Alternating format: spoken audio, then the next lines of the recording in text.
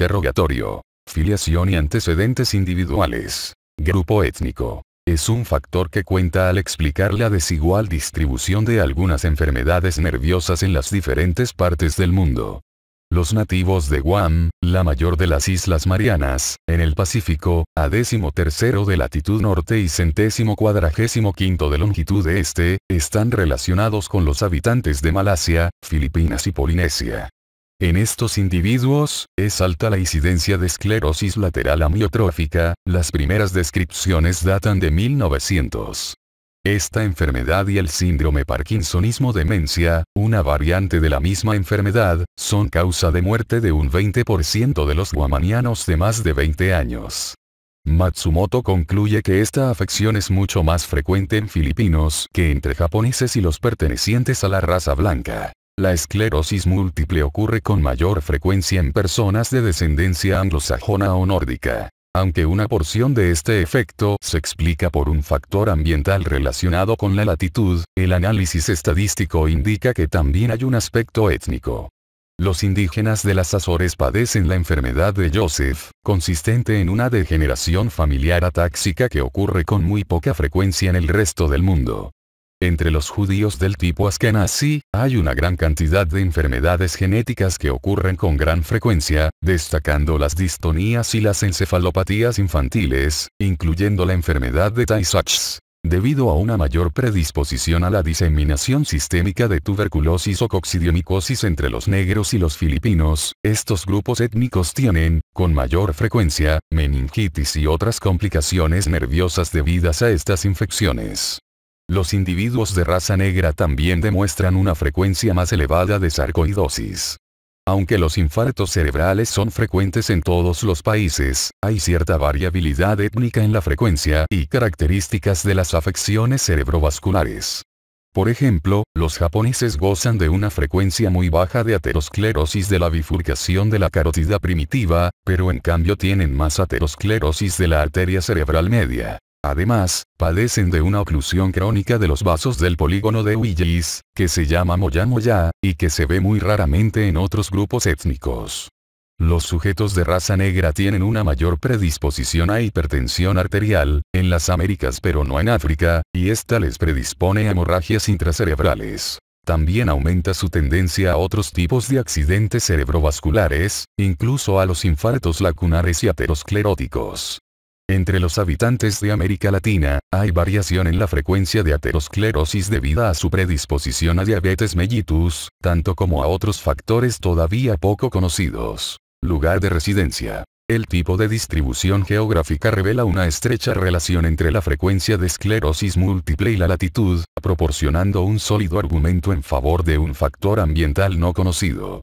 En general, en las áreas templadas de la Tierra, los índices de esclerosis múltiple son más elevados que en las áreas próximas al Ecuador. En el Reino Unido y norte de Europa alcanzan 50 por 100.000 habitantes y en África del Sur solo a 10 por igual número de habitantes.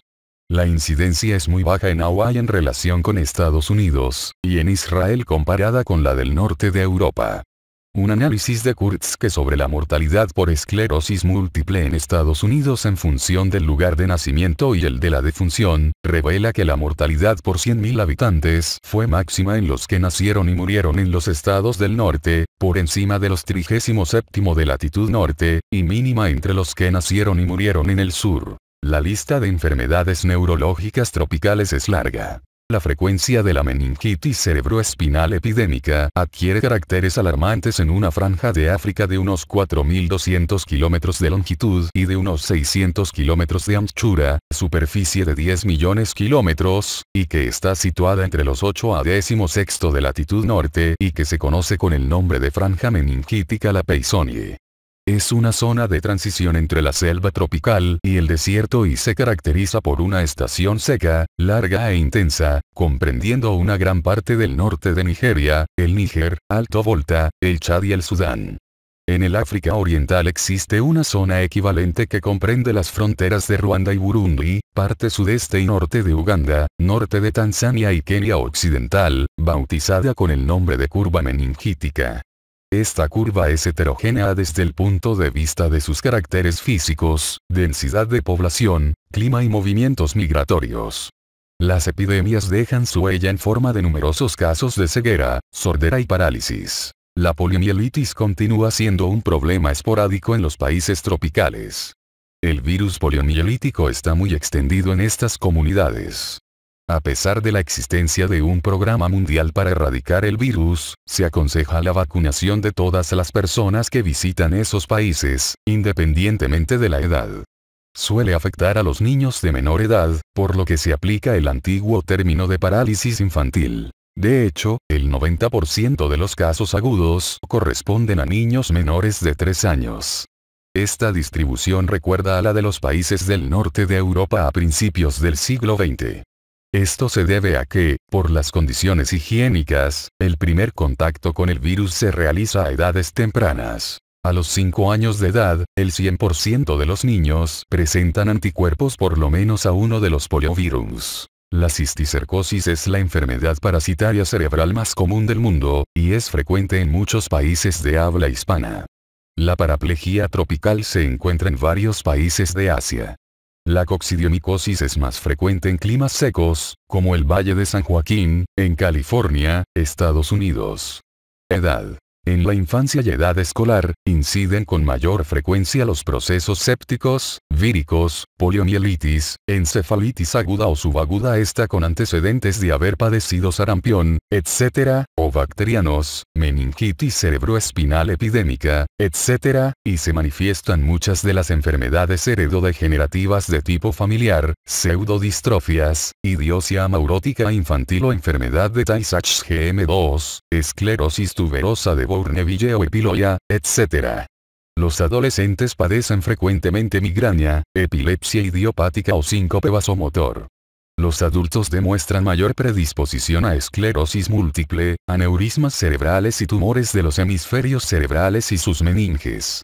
Privan las enfermedades por autoagresión, esclerosis múltiple, encefalomielitis alérgica, etc., la esclerosis lateral amiotrófica, la cúspide de distribución por edades está situada entre 50 a 60 años, las encefalomieloneuромiopatías paraneoplásicas y los trastornos cerebrovasculares. La dinámica de los fenómenos vitales, biomorfosis, va modificándose entre los 60 a 85 años. La disminución de la fuerza y del tono de la musculatura de las piernas es habitual, y algo menos frecuente la existencia de atrofias musculares, en parte debidas a la inactividad o procesos articulares y vasculares. Aparece hipercinesia en forma de ligero temblor de reposo en las manos sin apenas temblor en las piernas o en la cabeza. La hiporreflexia típica de la senectud, faltan especialmente los reflejos abdominales y los aquíleos, se acompaña de disminución de la sensibilidad superficial. En las alteraciones de la coordinación y de la marcha, se consideran los procesos articulares, óseos o mecánicos, peso, concomitantes. Desde el punto de vista psicopatológico, los síntomas más comunes son la disminución de la capacidad de reacción, debilidad de concentración y percepción y cambios en el carácter. La polimorbilidad del anciano hace que los hallazgos clínicos sean de muy variada índole y que no sean muy precisas las fronteras entre lo normal y lo patológico. Sin embargo, conviene tener en cuenta, dentro de una moderna gerohigiene y geroprofilaxis, las variantes neurológicas y su diverso valor, en los exámenes clínicos de los ancianos sanos. Sexo. La esclerosis múltiple, los meningiomas y las migrañas afectan más al sexo femenino. El embarazo puede aumentar o disminuir las migrañas, y reduce la probabilidad de crisis de esclerosis en placas.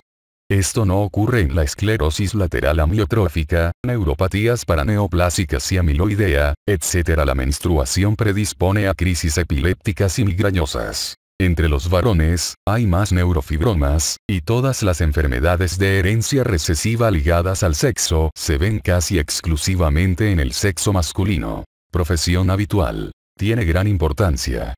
El trabajo puede influir en las enfermedades neurológicas.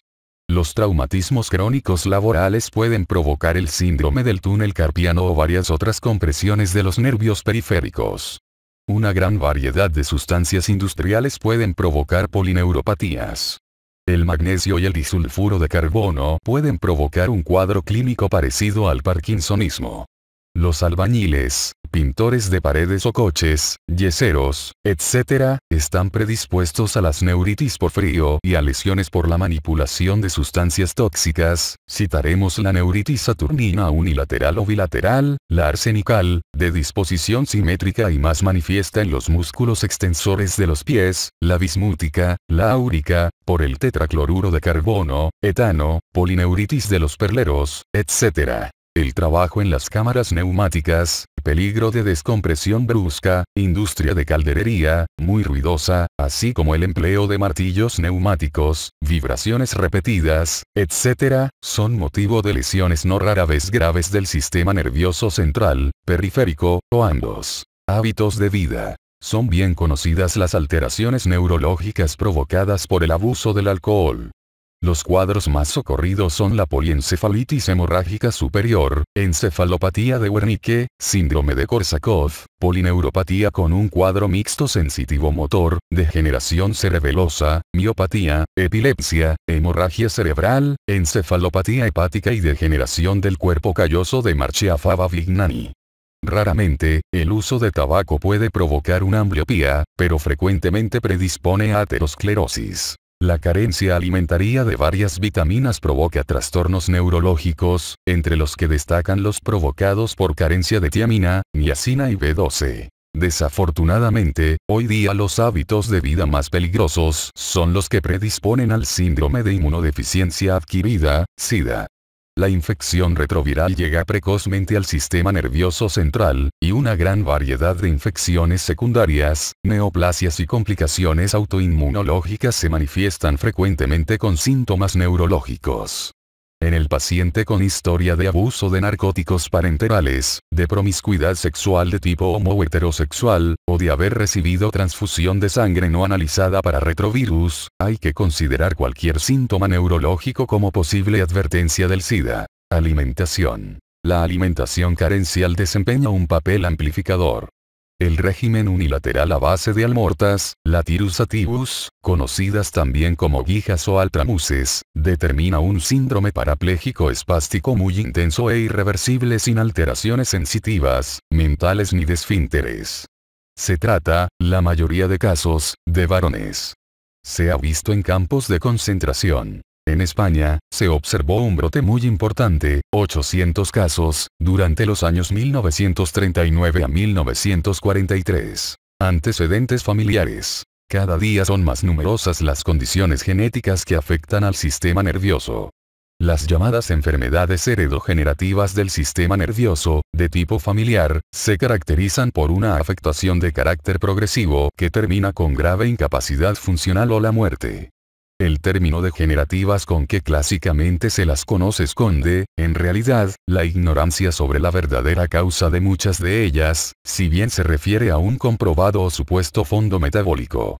Se las encasilla, con algunas excepciones, en el capítulo de las metabolopatías. La herencia es uno de los caracteres esenciales de la jaqueca. En un 80% de los casos existe una herencia homóloga directa.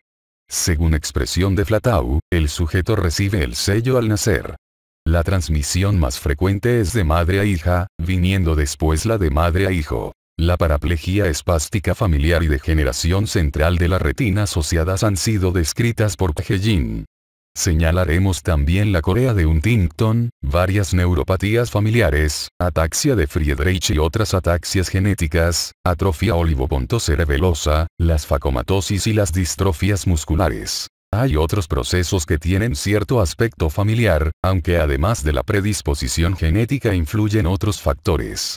Entre estos procesos se incluyen la demencia del tipo Alzheimer, varios tipos de epilepsia, el retraso mental y la dislexia. También es útil la historia familiar de afecciones no neurológicas, como aterosclerosis, enfermedades cardíacas, diabetes e hiperlipemia, porque influyen en el riesgo del paciente de padecer accidentes isquémicos cerebrales. En la evaluación del niño, los antecedentes familiares también son importantes en cuanto al desarrollo psicomotor, incluida la edad de empezar a caminar, la edad de empezar a hablar, y defectos familiares de aprendizaje. Comienzo y evolución de la enfermedad actual. Entre las diversas ramas de la medicina, la neurología es, quizás, la más dependiente del conocimiento de la anatomía. Con unos recuerdos sencillos de la anatomía del sistema nervioso central y periférico, se pueden integrar los datos del interrogatorio y la exploración clínica para formular un diagnóstico anatómico. Posteriormente, teniendo en cuenta el curso evolutivo de la enfermedad, junto con otros síntomas y signos no neurológicos, y con los resultados de exámenes radiológicos, neurofisiológicos y analíticos, se puede formular un diagnóstico etiológico. La base inicial es una anamnesis cuidadosa. La descripción analítica de los síntomas, su forma de comienzo y su evolución son capitales para el diagnóstico neurológico. Los trastornos neurológicos provocan frecuentemente síntomas ajenos a la experiencia habitual del enfermo. Por eso, el que padece una enfermedad neurológica puede encontrar mucha dificultad en explicar sus síntomas, usando, a veces, palabras ambiguas o en un sentido muy distinto al del criterio médico. Es preciso aclarar lo que quiere decir el paciente. Mareo, débil y entumecido son unas de las muchas palabras que pueden expresar varios significados. Mareo puede significar el vértigo de un trastorno vestibular, o las sensaciones muy distintas asociadas con síncopes o hiperventilación. Muchos enfermos no distinguen entre debilidad y la incoordinación procedente de lesiones del cerebelo o de las motoneuronas superiores, que pueden ocurrir independientemente de la paresía. Se usa el término entumecido para describir parestesias, disminución de la sensibilidad, o a veces para manifestar el significado de paresía, incoordinación o una combinación de síntomas. También se confunden la pérdida de la vista y la del conocimiento, la pérdida de visión de un ojo y la hemianopsia, la visión doble, diplopía, y la vista afectada por el vértigo, o silopsia. El médico debe aclarar todos los aspectos de la enfermedad actual, sin imponer sus propias ideas acerca de lo que siente el enfermo. También son importantes los detalles de la calidad de los síntomas, la evolución de la enfermedad, factores que pueden aumentar o disminuir la sintomatología, y síntomas asociados no neurológicos. Por ejemplo, una hemiplegia acompañada de fiebre puede significar secundarismo a un absceso cerebral. La misma hemiplegia sin fiebre, más probablemente es el resultado de un accidente vascular o un tumor. Muchas enfermedades del sistema nervioso central afectan a los procesos cognitivos del enfermo.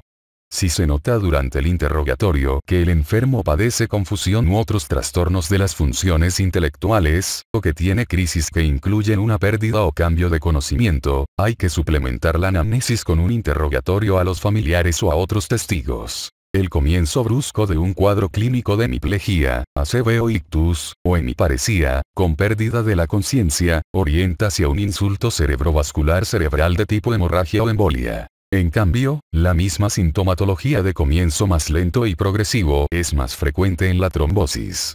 La evolución conduce hacia un restablecimiento gradual completo o más frecuentemente deficitario. La sucesión ordenada de los síntomas y signos puede orientar el diagnóstico.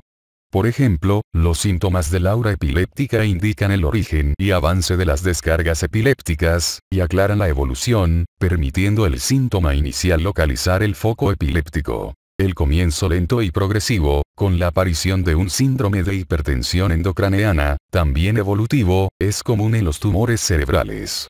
En ocasiones, orienta la sucesión ordenada de los síntomas y signos. El diagnóstico diferencial de las formaciones tumorales aparecidas en el ángulo pontocerebeloso, neurinoma del nervio acústico, neurinoma del nervio trigémino, glioma pontino, meningioma, solo es posible aclarando los momentos en que aparecieron los trastornos auditivos, las lesiones del trigémino, las alteraciones del equilibrio, las perturbaciones de los músculos oculares, los trastornos faciales y los demás signos y síntomas eventuales. Los procesos degenerativos de índole familiar o adquirido siguen un curso parejo. En la arteriosclerosis cerebral, el curso evolutivo dibuja una línea quebrada ascendente por los repetidos accidentes vasculares, que a la larga conducen a la desintegración senil. La esclerosis múltiple puede cursar a brotes, 80% de los casos, o seguir un curso progresivo desde el comienzo.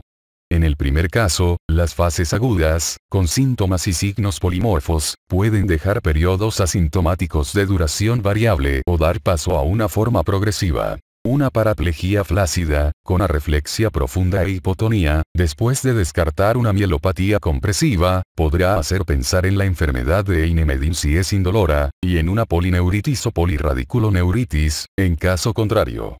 En la primera, la iniciación no es absolutamente súbita, pero sí muy rápida, y el máximo de trastornos suele alcanzarse en el plazo de pocos días, después de lo cual, de no sobrevenir la muerte, comienza el restablecimiento, casi siempre incompleto. En la demencia senil, el diagnóstico diferencial entre procesos vasculares, demencia de infartos múltiples, y procesos degenerativos como la enfermedad de Alzheimer, la de Pick, etc., reside en el progreso de los síntomas clínicos.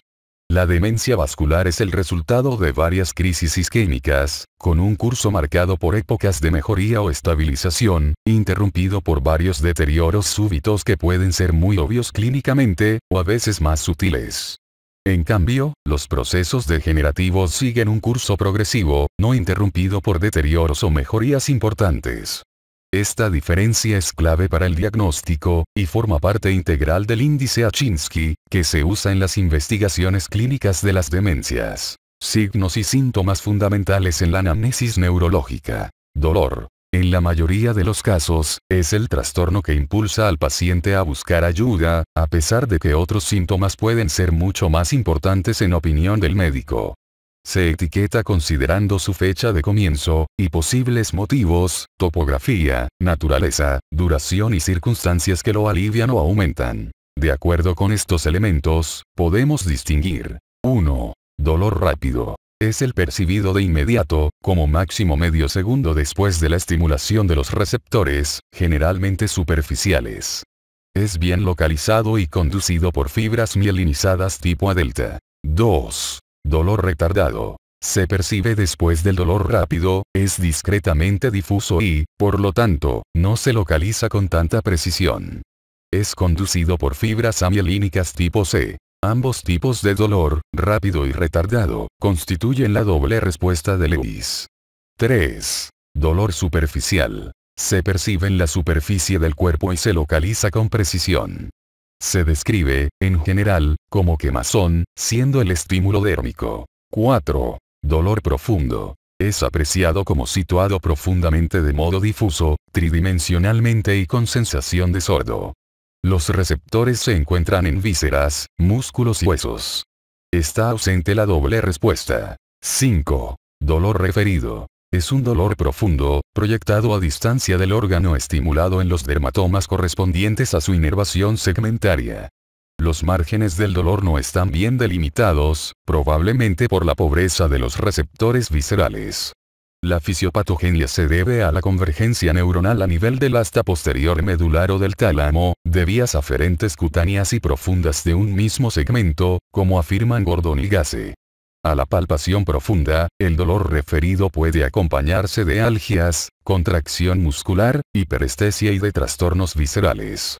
Según las condiciones psicológicas de los individuos pusilánimes, el dolor puede extenderse a otros dermatomas vecinos independientes de la inervación visceral. Este fenómeno constituye la llamada referencia aberrante, consecutivo a una liberación del influjo descendente sobre el pool medular que controla la puerta de entrada o por disminución de sustancias encefalonérgicas de las interneuronas del asta posterior, facilitándose así la entrada de impulsos de otros niveles generalmente controlados. 6. Dolor irradiado. Es superficial y profundo, consecutivo a la irritación de una raíz posterior o de un nervio sensitivo, desencadenada por compresión o estiramiento. Como es lógico, sigue el trayecto de las estructuras nerviosas comprometidas. 7. Parestesias. Son sensaciones espontáneas comparables a un hormigueo, producidas sin ninguna estimulación exterior. Merrington y Nathan diferencian tres tipos, según su calidad, así. Sensaciones alternantes de frío y calor, pinchazos y pseudocalambres. Se acepta que las parestesias son el resultado de la irritabilidad de las fibras gruesas A beta cuyos impulsos transmiten por el componente interno de la raíz posterior, por el cordón posterior medular, cinta de Reil media en el tronco, núcleo lateroventroposterior del tálamo y llegan a la corteza cerebral contralateral ya que se cruzan en el bulbo. Se localizan en un área determinada de un nervio, raíz posterior, en mi cuerpo o son difusas. Sus causas pueden ser múltiples, ya sea por alteración directa sobre las fibras gruesas o indirectamente por mecanismos isquémicos o metabólicos iónicos. 8. Disestesias. Son sensaciones anormales de calidad inesperada. Es decir, un estímulo determinado provoca una sensación distinta. Es por lo tanto, una perversión de la sensación. La cualidad más común es comparada al corte de un cuchillo helado, estando su umbral doloroso elevado e incluso desaparece el dolor rápido. Este trastorno aparece en las lesiones de los nervios periféricos en heridas, que suelen dejar una cicatriz seca, pálida y fría. Estos fenómenos ocurren al lesionarse preferentemente las fibras gruesas, liberándose las de conducción lenta y amielínicas. 9. Dolor neurítico, neuralgias. Es vivo y persistente, con un fondo álgido con exacerbaciones despertadas por actos motores intempestivos, tracción o palpación del tronco nervioso responsable, etc. Particularmente sensible es la presión en ciertos puntos en que el tronco es comprimido sobre un plano óseo subyacente, punto de Valle X, o su elongación. La algia se superpone al trayecto periférico del nervio. La percusión con el martillo de reflejos de un nervio que se está regenerando motiva un hormigueo doloroso que se extiende en sentido periférico, signo de la percusión, de Hoffmann-Tinel. Mención especial merece la causalgia Weir-Mitchell. Se refiere al dolor urente tras la lesión de los nervios periféricos.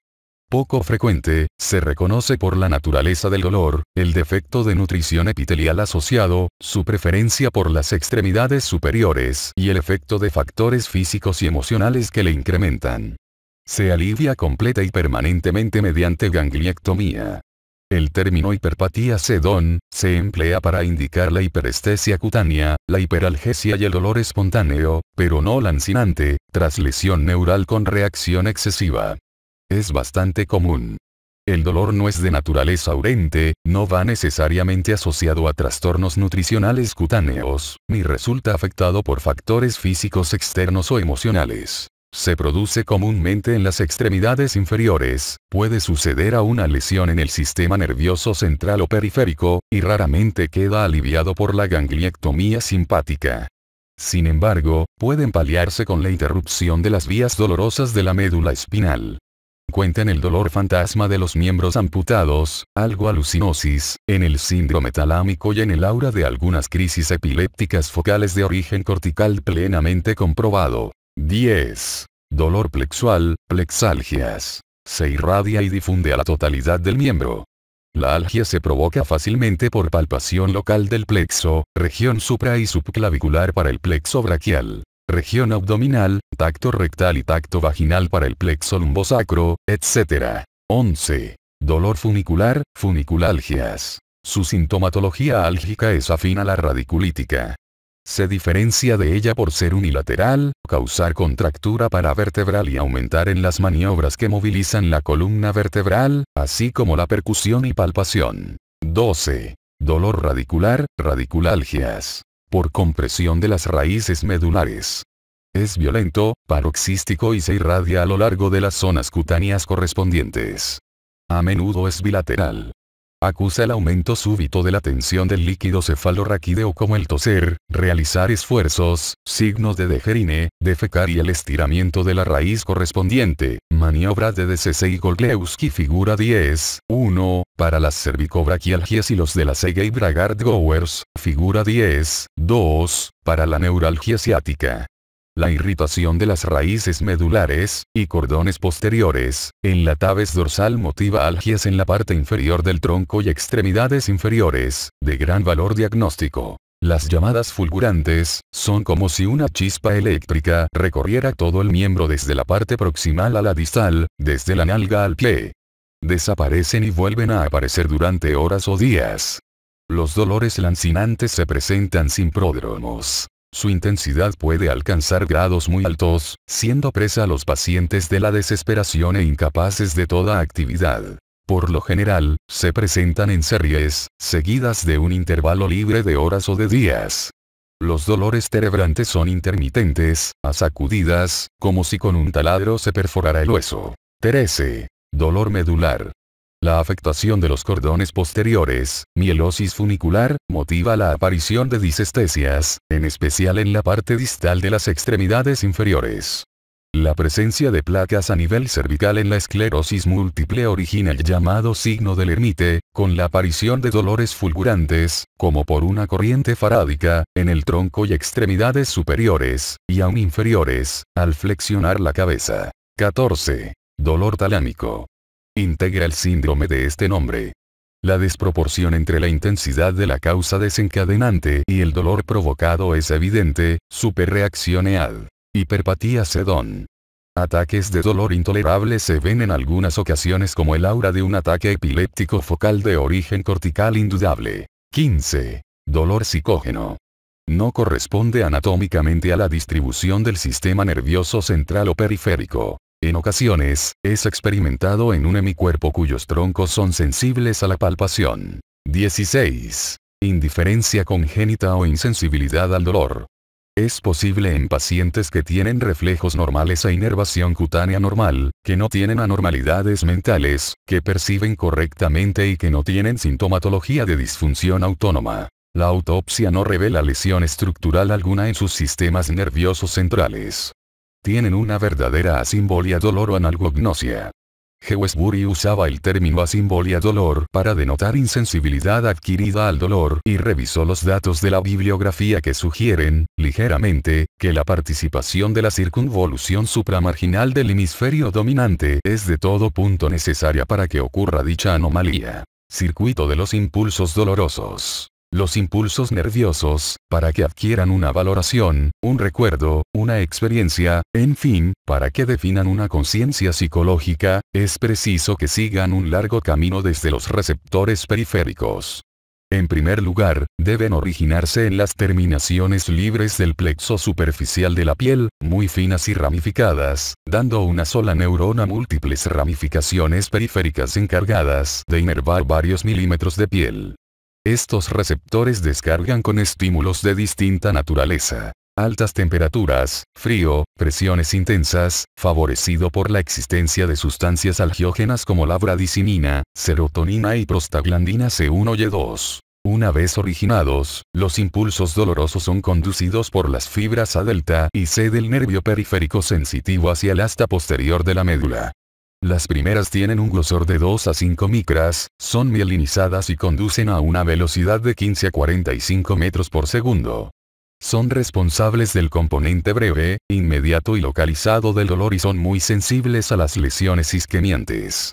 Las fibras C son amielínicas, con un grosor de 2 a 0,5 micras y de lenta conducción, oscilando su velocidad de 0,5 a 2 metros por segundo, motivan el dolor más lento, sordo y mal localizado. Son las primeras que se bloquean con la procaína. A nivel de la raíz dorsal, todas las fibras están mezcladas, pero a su entrada en la médula, después de dejar el cuerpo neuronal alojado en el ganglio raquídeo, se forma un haz externo por donde transitan las fibras antes citadas conductoras del dolor, y otro interno conteniendo las fibras encargadas de otras sensibilidades. Por lo expuesto, puede deducirse que la primera neurona está encargada de originar y conducir los impulsos dolorosos hacia la médula, misiones meramente físico-químicas. Sin embargo, Hoffman admite una función de control a cargo de las fibras más gruesas A delta sobre las C, en el sentido de inhibir parte de su excitabilidad. Dicho en otros términos, la sensibilidad dolorosa rápida y precisa matiza a la lenta y difusa. Las fibras pequeñas penetran en la médula por el fascículo dorsolateral del Isauer y se bifurcan en una rama ascendente y otra descendente. De estas ramas emergen colaterales que, después de introducirse en la sustancia gris del asta posterior, entran en contacto con las neuronas de la primera lámina de Rexedo marginales excitándolas, creándose un impulso ascendente que seguirá su camino si las condiciones locales son favorables. Otro remanente de fibras delgadas se dirige a la sustancia gelatinosa de Rolando para sinapsar en la segunda y tercera láminas de Rexet con las células de esta región. Estas células, al ser estimuladas, producen un efecto inhibidor sobre las células marginales. A consecuencia de la sinapsis, que a nivel del asta dorsal establecen las fibras finas procedentes de la región externa de la raíz dorsal sella delta, se deduce que en el impulso aferente resultante predominarán los efectos de excitación de las células marginales sobre el efecto de inhibición de las intercalares ubicadas en la sustancia gelatinosa de Rolando. A este mecanismo se le denomina circuito nociceptivo de Kerr. El componente fibrilar interno formado por fibras gruesas penetra en las láminas cuarta y quinta de Rexed mediante colaterales que se dirigen a la sustancia gelatinosa para relacionarse con las dendritas de las neuronas de relevo de las láminas cuarta, quinta y sexta de Rexed y con las dendritas de las células de la sustancia gelatinosa, partiendo de estas últimas células impulsos inhibidores destinados a las células marginales. Este circuito, denominado no nociceptivo de Kerr, es más potente en su función reguladora o filtrativa de los impulsos que seguirán su camino por la médula que el nociceptivo. Probablemente, la sustancia P actúa como transmisor a nivel de las células marginales y de las ubicadas en la sustancia de Rolando. Melzack y Wall, mediante estimulaciones de las fibras gruesas y finas de las raíces posteriores del gato descerebrado, observaron un control presináptico tanto de impulsos inhibidores como facilitadores de las fibras dolorosas y no dolorosas que permitía determinar la actividad de las deutoneuronas del asta posterior.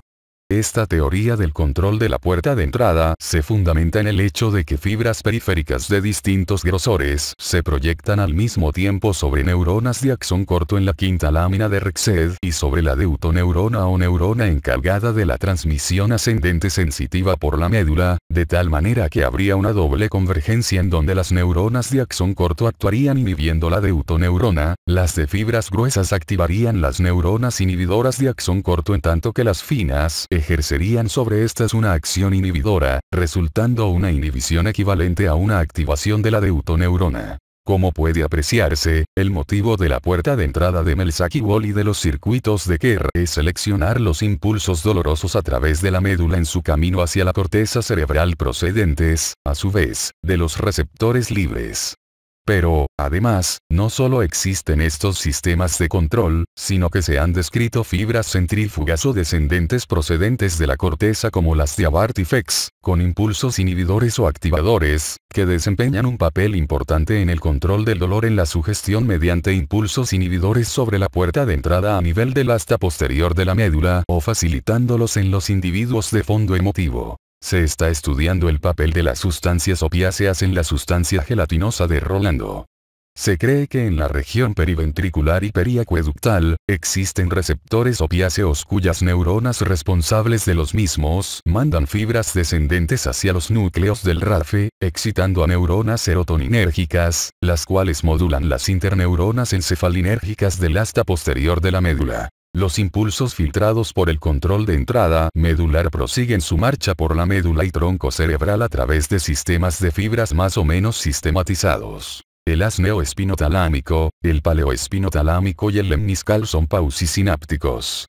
El primero, después de cruzarse en la médula, llega al tálamo directamente, mientras que los dos restantes sinapsan con los núcleos de proyección de ambos tálamos y están constituidos por fibras mielínicas. Los sistemas de fibras espinotectales, reticuloparamedianos, espinoreticulares y reticulares aferentes son multisinápticos, integrados por fibras delgadas amielínicas, y ocupan ambos lados de la médula y tronco cerebral, terminando en los núcleos reticulares del tálamo. Antes, envían colaterales a la formación reticular del tronco cerebral, y a través del circuito de Adey, al lóbulo límbico. Por lo tanto, existe una dualidad entre haces de conducción rápida, por no sufrir retrasos sinápticos y ser mielinizados, y de ubicación precisa, y otros de conducción lenta y difusa.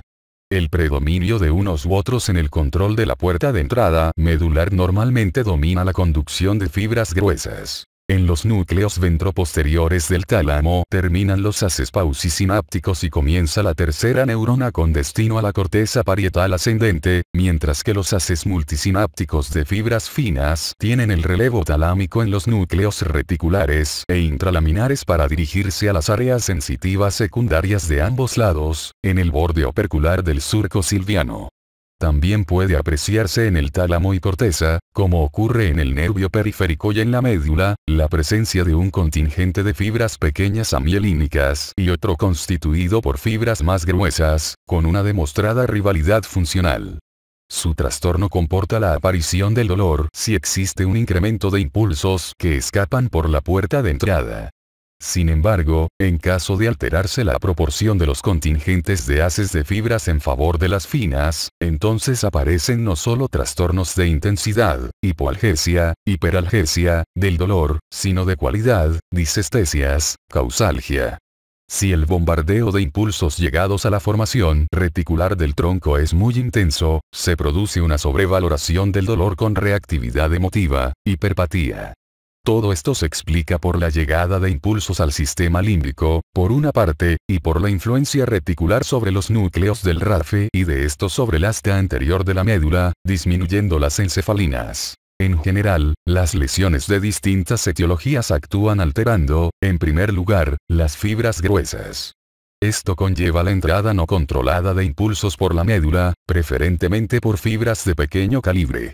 En consecuencia, existen trastornos cuantitativos y cualitativos de la sensibilidad dolorosa. La analgesia, hipoalgesia e hiperalgesia constituyen el primer grupo. La analgesia se presenta en los casos de destrucción global de las fibras A delta y C, hipoalgesia cuando existe una disminución parcial pero equilibrada de ambas fibras, y la hiperalgesia cuando los impulsos están incrementados, probablemente por facilitación de las interneuronas encefalinérgicas. En cuanto a los trastornos cualitativos, destacan la disestesia o sensación anormal aparecida ante una estimulación y la causalgia o disestesia percibida con sensación de fuego. Ambos síntomas tienen lugar por lesiones parciales en las que predominan las fibras A delta. Tanto los trastornos cuantitativos como cualitativos se presentan por afectación de los sistemas de conducción de los impulsos dolorosos a cualquier altura, desde el nervio hasta la corteza cerebral. Así, una lesión parcial del nervio mediano con predominio de sufrimiento de las fibras A delta comporta una causalgia, ya que los impulsos que controlan la puerta de entrada son los conducidos por las fibras más gruesas, preferentemente alteradas en este tipo de lesiones. En estas circunstancias, los impulsos llegan a la médula por las fibras C y, al llegar al tronco cerebral por colaterales, se dirigen al hipotálamo y formación límbica, apareciendo la clásica hiperpatía. El síndrome talámico de Dejerine-Roussy cursa con causalgia consecutiva a la destrucción del núcleo posterolateroventral, por donde transcurren las fibras gruesas, mientras que se conservan los núcleos intralaminares y reticulares, por donde pasan las fibras pequeñas. Convulsiones. Son crisis de contracciones musculares más o menos generalizadas que se producen de manera violenta e independientemente de la voluntad.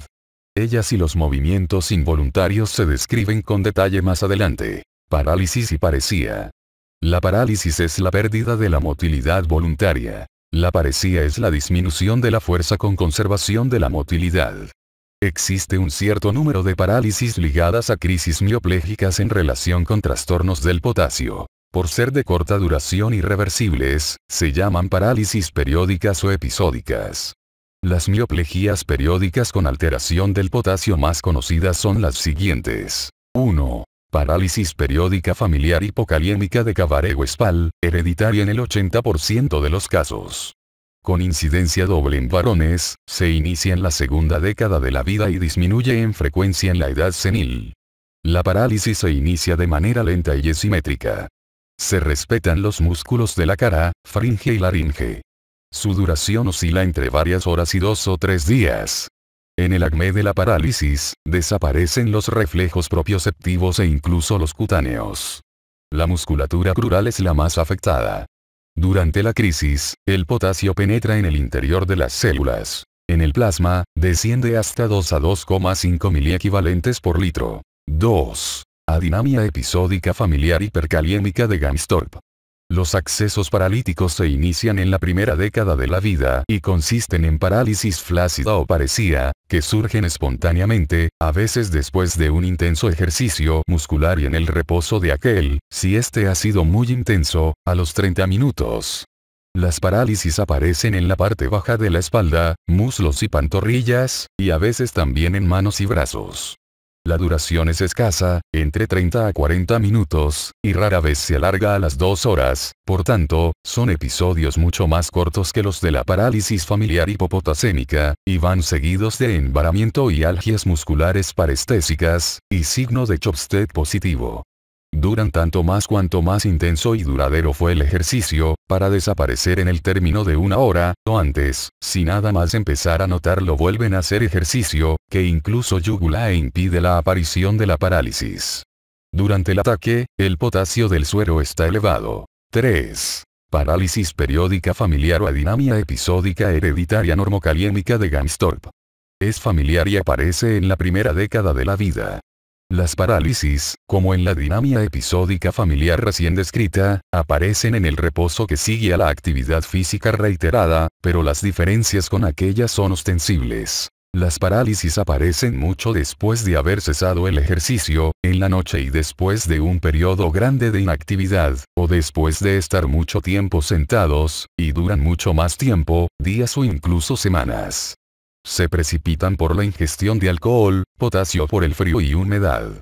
Los intervalos entre los accesos son de 1 a varios meses. Las parálisis son extensas, afectan a gran número de músculos, con cuadriplegia e incluso afectación de los maceteros, y con el hecho interesante que las separa de las otras, que en algunos casos hay alteraciones de la sensibilidad, termoanalgesia. En el plasma, las cifras de potasio son normales. Estas parálisis pueden asociarse a otros trastornos del metabolismo, como ocurre con el aldosteronismo e insuficiencia renal, o con diuresis excesiva yatrógena. Asimismo, deben diferenciarse de la cataplegia de aparición aguda con afectación de toda la musculatura del organismo, de duración escasa y fraguada por las emociones, del síncope en donde existe pérdida completa de la conciencia junto con manifestaciones vegetativas y de otros procesos, como la epilepsia asinética. Trastornos de la visión. La agudeza visual puede estar disminuida, ambliopía, o abolida, amaurosis, principalmente como consecuencia de atrofias ópticas primarias o secundarias a edema de papila. Los escotomas, hemianopsias o cuadrantopsias orientan hacia procesos vasculares o tumorales de los lóbulos temporal y occipital. Trastornos de los esfínteres. Son propios de las neuropatías centrales. El síndrome de la cola de caballo es la única parálisis periférica que los presenta. En el caso de lesión de las vías descendentes, procedentes de la corteza prefrontal o rolándica paracentral, situadas en un plano ecuatorial medular en los cordones laterales y dirigidas al tercer segmento sacro con la finalidad de controlar el reflejo miccional, pueden aparecer 3 tipos de vejigas neurógenas. 1. Vejiga de shock. Es consecutiva a la abolición del reflejo de la micción por interrupción brusca de las proyecciones descendentes. En estas condiciones, el paciente orina por rebosamiento cuando la tensión vesicular supera la resistencia opuesta por los esfínteres. 2. Vejiga automática o refleja. Aparece a continuación de la vejiga de shock, al recuperarse el reflejo miccional, pero en cambio no existe control del mismo ya que las fibras descendentes inhibitorias permanecen alteradas. Al distenderse el músculo detrusor de la vejiga hasta 400 mililitros de orina, se provoca el reflejo, orinando el paciente sin control voluntario. 3. Vejiga neurógena no inhibida. Se observa en aquellos pacientes con lesiones parciales bilaterales de las proyecciones descendentes, caracterizándose por la necesidad imperiosa de orinar de inmediato, es decir, existe control aunque muy restringido del reflejo. Es frecuente en procesos como la esclerosis múltiple, que afectan parcialmente a las fibras supranucleares. Si la lesión se sitúa en el centro medular sacro o en la cola de caballo, se produce una vejiga autónoma o denervada, en donde se pierde tanto el control voluntario como el reflejo, apareciendo frecuentes micciones. Si la presión del contenido de la vejiga es superior a la resistencia pasiva de los esfínteres, tiene lugar un acto miccional, pero casi siempre queda residuo vesical. Al alterarse el reflejo, se pierde la motilidad propiamente vesical y de los esfínteres, estando la micción supeditada a la presión del detrusor y de los esfínteres musculares. Trastornos de la conciencia y conducta. Recordaremos su presencia en el coma, tumores del lóbulo frontal, ya sea en forma de moría euforia insulsa con tendencia a los chistes y obscenidades, o de un síndrome depresivo, eventualidad frecuente, epilepsia, parálisis general, desintegración cerebral senil, etc. En ocasiones, el trastorno es paroxístico, como en el síncope vasovagal, hipoglucemia y en los automatismos epilépticos, en los cuales el sujeto retiene el dominio del cuerpo, pero es incapaz de incorporar nuevos engramas y realiza actos conducentes, pero elementales. Cefalea. Cefalalgias. Desde areteo de Capadocia, se distingue entre cefalalgia dolor de cabeza efímero, pungitivo, y cefalea molestias, más o menos persistentes, en forma de pesadez, tensión, torpor o simple sensación de presencia. Son de observación frecuente. Las cefaleas pueden ser orgánicas, funcionales, psicógenas y constitucionales. Cefaleas orgánicas. Secundarias, habitualmente, a un aumento del volumen cerebral y de la presión del líquido cefalorraquídeo, por presencia de un tumor o procesos inflamatorios. Hay que tener en cuenta, en contra de una opinión muy extendida, que precisamente en el estadio precoz de los tumores cerebrales, las cefaleas no aparecen con especial frecuencia. Incluso es posible que gliomas y meningiomas extensos vayan precedidas de síntomas focales y convulsiones. No podemos decir lo mismo del quiste coloide del tercero ventrículo, se localiza a lo largo de las vías de drenaje de los ventrículos, del ependimoma, tumor de la fosa posterior, y del hematoma subdural, en los que aquellas son severas desde el comienzo. Otras cefaleas están condicionadas por enfermedades de los vasos de la cabeza, como arteriosclerosis cerebral, no rara vez asociada a hipertensión, endarteritis obliterante y trombosis venosas. También cuentan las especialmente súbitas e intensas cefaleas a consecuencia de hemorragias procedentes de arterias malformadas, aneurisma, angioma. Las motivadas por la punción lumbar son inocuas y desaparecen del todo al cabo de unas horas o días. Estas cefaleas suelen aumentar con el decúbito horizontal, segunda mitad de la noche.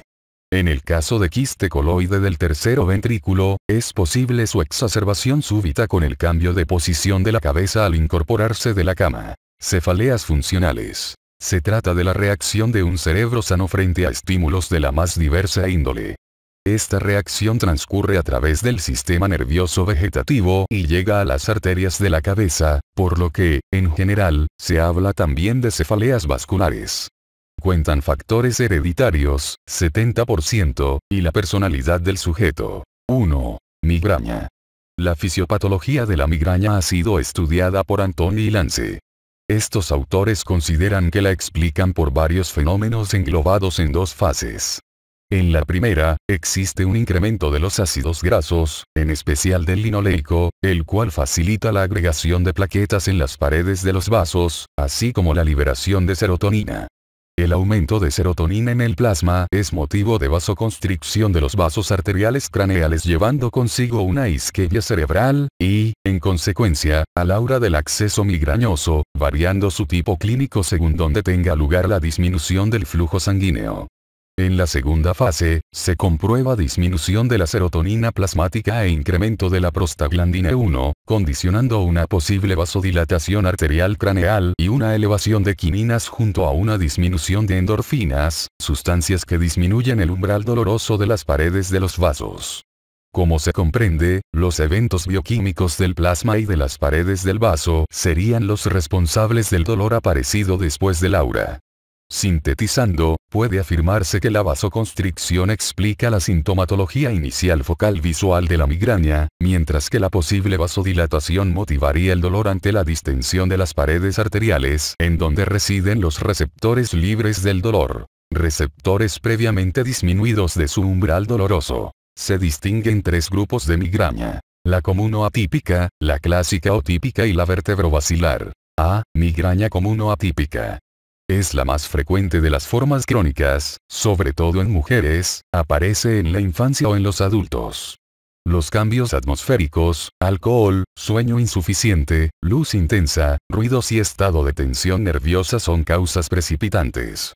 Se inicia sin aura o prodromos, su localización preferida es la frontotemporal, con máxima expresión en ambas sienes, aunque es frecuente su generalización. El dolor llega a su máxima intensidad a los 10 minutos, es de carácter pulsátil o constrictivo, se acompaña de manifestaciones digestivas, como náuseas e incluso vómitos, o vegetativas, como palidez y sudoración fría. Asimismo, el individuo permanece irritado, molestándole los ruidos y la luz, retirándose por este motivo a una habitación oscura y tranquila. Por término medio, la crisis dolorosa se prolonga de unas horas a 2 días. Aparece a intervalos irregulares de semanas a meses, con tendencia a decrecer con los años o en los embarazos. Al iniciarse, el dolor obedece a la ergotamina y es profiláctico el propranolol o el metisergide. B. Migraña clásica o típica. Se precipita por los mismos desencadenantes que la migraña común, pero ciertos alimentos, como el chocolate y el queso, que contienen tiramina, contribuyen a su aparición. Aparece por primera vez en los adultos jóvenes, en general con aura o pródromos. Entre los últimos destacan trastornos del humor, insomnio e irritabilidad. La sintomatología del aura inicial del proceso es variable, dependiendo de la zona cerebral isquémica inicial, pero predomina la visual. El inicio de la cefalea puede tener lugar a cualquier hora del día. Sin embargo, después de levantarse es el momento de mayor incidencia.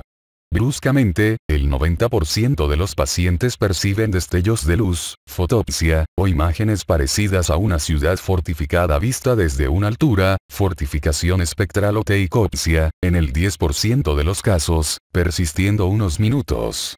También se refieren a hemianopsia o defectos escotomatosos que pueden acompañarse de alucinaciones visuales. Es frecuente que la hemianopsia se inicie por la periferia del campo visual, desplazándose en unos pocos minutos hacia el interior o a veces a la inversa, empezando por la visión central para trasladarse hacia la periferia. Las parestesias son otro fenómeno de aura, localizándose en general primero en la mano, extendiéndose posteriormente por el brazo y luego por el labio y la hemilengua homolateral. Es una distribución queiro-oral.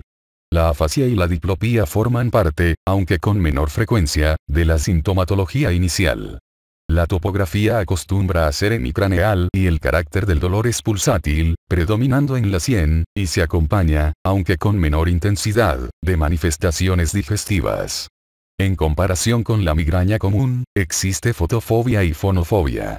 El paciente se comprime la sien o se coloca paños de agua fría porque dichas maniobras le alivian las molestias. La cefalea es de menor duración que en la migraña común, persistiendo de 1 a 3 horas por término medio. Se presenta en temporadas de duración muy variable. Como en la migraña común, responde a la ergotamina al inicio de la crisis y al metisergida, pisotífenos y proheptadina como profiláctico. C. Migraña vertebrovascular. Es un subtipo de migraña clásica descrito por Bickerstaff, que cursa con sintomatología perteneciente al tronco cerebral, cerebelo y lóbulos occipitales. 2. Mal migrañoso. Las crisis migrañosas pueden acercarse una a otra hasta el punto de dar lugar a un verdadero estado de mal migrañoso. Suelen espaciarse con la edad. En la mujer, cabe señalar la frecuencia de la migraña catamenial, la desaparición habitual de las crisis durante el embarazo y la lactancia y, sobre todo, en la menopausia. 3. Migrañas acompañadas. Están, sobre todo, precedidas por una serie de trastornos neurológicos impresionantes y, afortunadamente, siempre transitorios y totalmente regresivos. La crisis comienza generalmente por trastornos visuales, como una migraña oftálmica trivial. Después, cuando estos regresan, sobrevienen otros síntomas neurológicos localizados en un hemicuerpo, el del escotoma hemianópsico. Esencialmente, se presentan trastornos sensitivos, causados fundamentalmente por parestesias de topografía queiro-oral que regresan en unos 20 minutos. También a menudo hay trastornos del lenguaje que pueden afectar a todos los aspectos de la afasia, expresiva o sensorial, trastornos de la lectura, etc. Más raramente, se presentan trastornos motores. El examen puede entonces objetivar trastornos neurológicos objetivos, como trastornos sensitivos objetivos de tipo cortical, astereognosia, y asimetría de los reflejos. Pero el conjunto de estos trastornos, cuya evolución cronológica rápida es un cabalgamiento más que una estricta sucesión, siempre se resuelve hacia la regresión completa en 30 a 45 minutos. Nunca persisten trastornos subjetivos u objetivos durante el periodo intercrítico.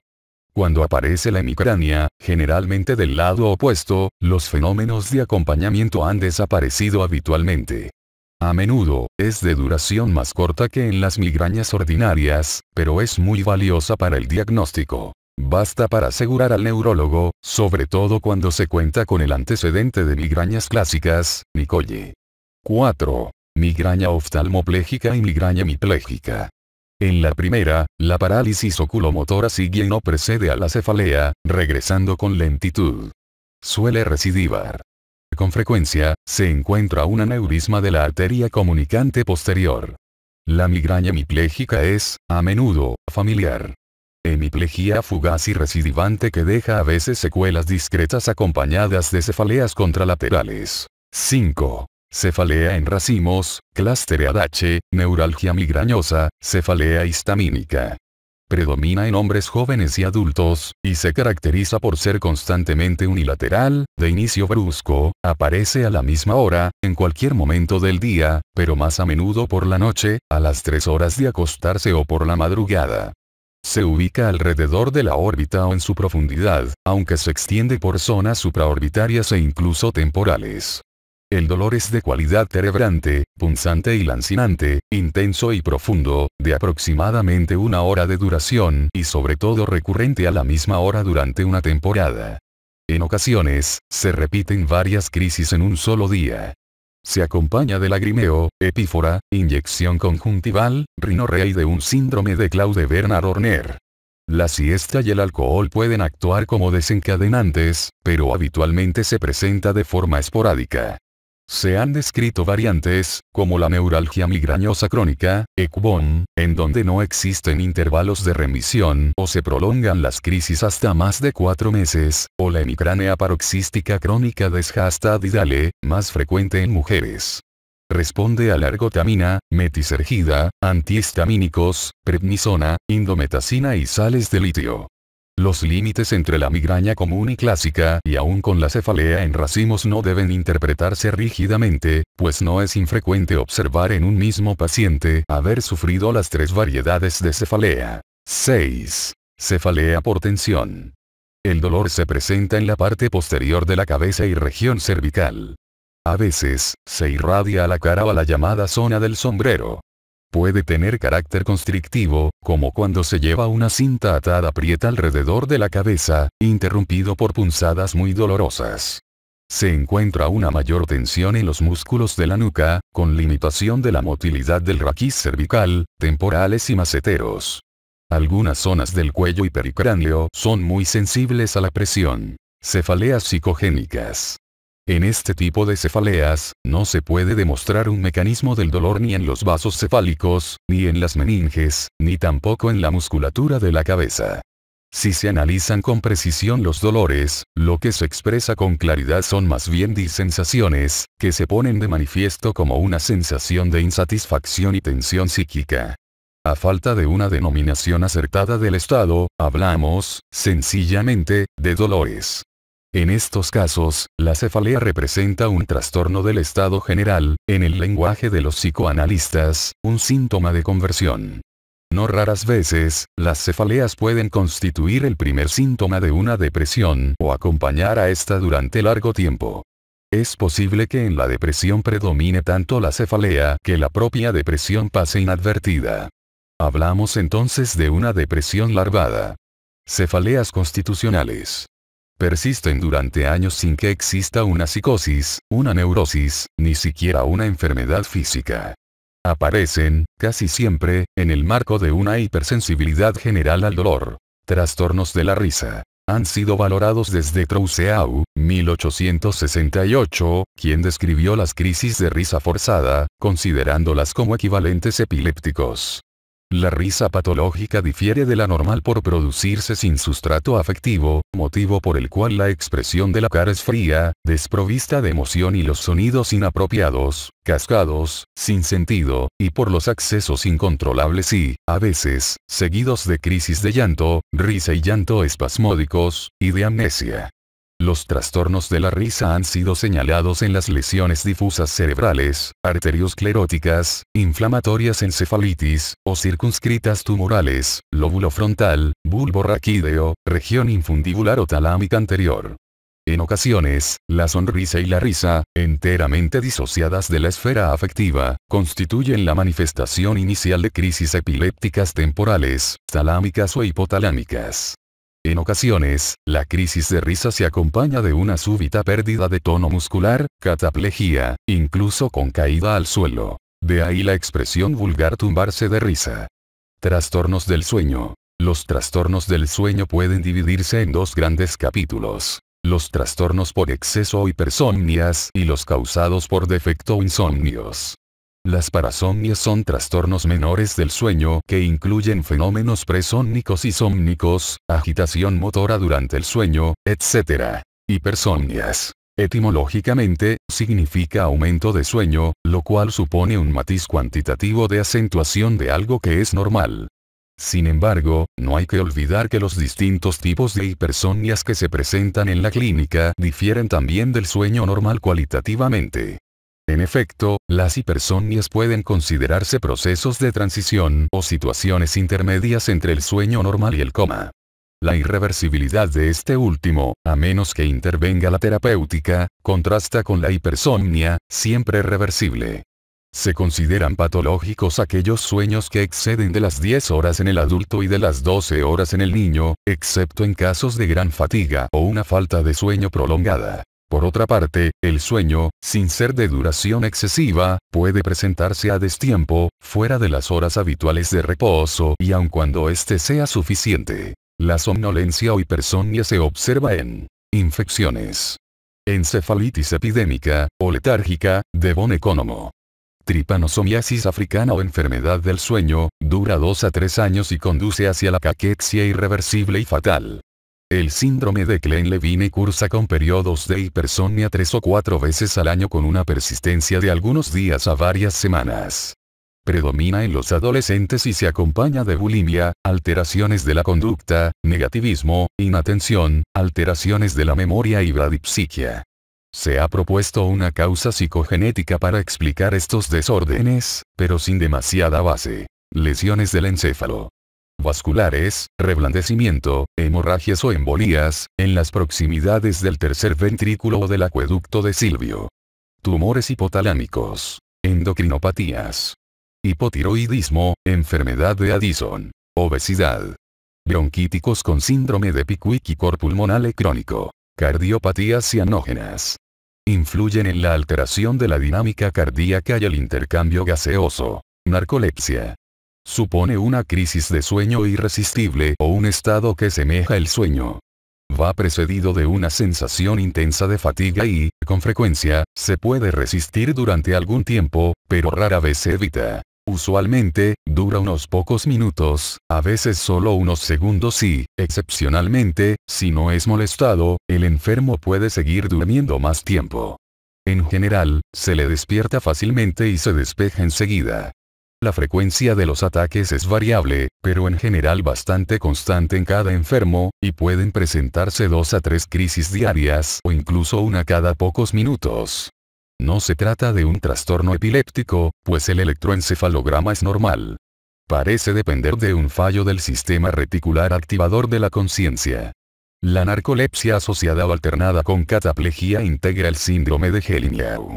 Insomnio. Consiste en la disminución involuntaria de las horas de sueño. Es frecuente en sujetos adultos con vida agitada y responsabilidad. Existen personas normales cuya necesidad de dormir es escasa. Se distinguen 3 clases de insomnio. Predormicional, en el que el sujeto concilia el sueño con dificultad, pero, una vez dormido, no despierta en el resto de la noche. Sueño entrecortado.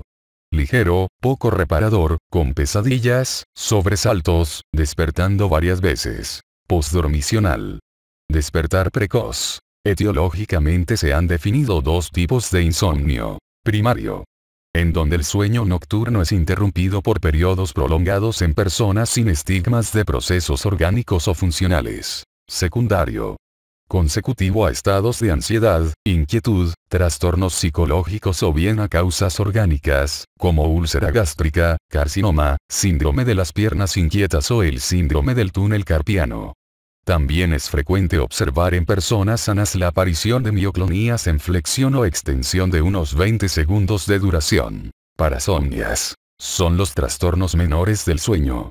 Roger las clasifica de la siguiente manera: cerebrospinales, sobresaltos presómnicos y somnícos, agitación motora durante el sueño, etc. Vegetativas, enuresis, poluciones, etc. Psíquicas. A. Terrores nocturnos. Se presentan, en general, en niños coincidiendo con la tercera o cuarta fase del sueño. El niño se despierta bruscamente, chillando y asustado, con taquipnea y taquicardia, permaneciendo 1 a 2 minutos en este estado. A la mañana siguiente, no recuerda nada de lo sucedido. B. Sonambulismo. También se observa más a menudo en niños y se asocia con frecuencia a terrores nocturnos y enuresis. Permanece sentado en la cama o en su borde y, ocasionalmente, se levanta y realiza actos familiares, siendo capaz en sus paseos de no tropezar con los obstáculos. A lo sumo, todo el episodio dura unos 5 minutos. En ocasiones, realiza siempre los mismos actos. Son los automatismos nocturnos. Síndromes apneicos del sueño. Desde hace tiempo se conoce la existencia de apneas prolongadas durante el sueño, incluso de 2 minutos de duración. Normalmente, durante el REM hay periodos de apnea de unos 15 segundos de duración. Se considera que las apneas prolongadas obedecen a un mecanismo central en lesiones como los infartos de tronco cerebral, trastornos de la charnela occipitovertebral, intervenciones quirúrgicas cervicales altas, otras veces su origen es primario o desconocido, y las más frecuentes son secundarias a procesos obstructivos de las vías respiratorias, como la hipertrofia amigdalar, mixedema, micrognatía, etc. Durante esta fase, se observa hipoxia, hipercapnia, incremento de la presión arterial pulmonar y arritmias, comportando cefalea matutina, ansiedad, insomnio, falta de atención e incluso, con el tiempo, hipertensión pulmonar arterial e insuficiencia cardíaca.